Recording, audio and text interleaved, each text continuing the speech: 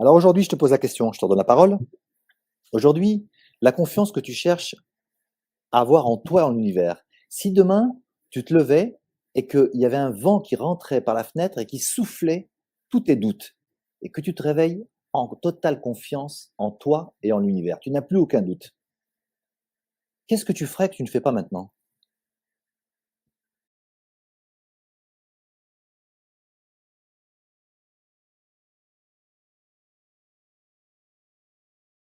Tu vois, dans l'univers de la magie des Andes, cette sagesse ancestrale, on parle de trois archétypes. Trois archétypes, je vais te les donner pour que ils puissent, ils vont certainement t'aider, et puis ceux qui nous écoutent aussi, ça peut aussi les inspirer. Euh, En fait, le premier l'archétype, c'est le guerrier. Le guerrier, contrairement à ce qu'on peut croire, il ne lutte pas, le guerrier, simplement parce qu'il sait qu'il n'y a aucune guerre à mener. Parce que tout ce qui est à l'extérieur de lui n'est que le reflet de ce qu'il y a à l'intérieur de lui. Donc pourquoi lutter à l'extérieur si je sais que tout ce que je dois faire, c'est changer mon intérieur? Donc le Mm. guerrier ne lutte pas. Ensuite, tu as le négociant. Le négociant ou le négociateur. On appelle en espagnol el mercader.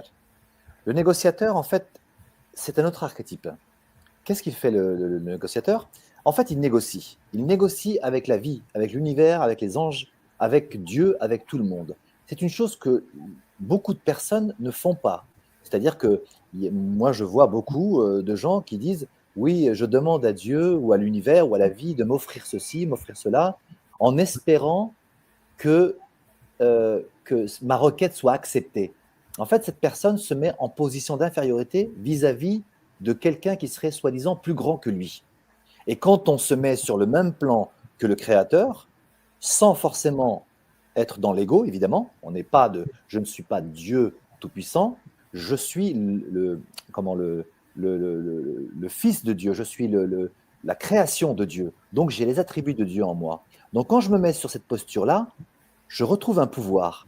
Et là, je parle d'égal à égal à Dieu. Tu vois, je négocie avec lui, ou avec la vie, ou avec l'univers, appelle-le comme tu veux. Eh bien, je négocie, je dis, voilà, si tu me donnes cette confiance, si tu me donnes cette capacité, eh bien, moi, en contrepartie, je m'engage à changer ça dans ma vie.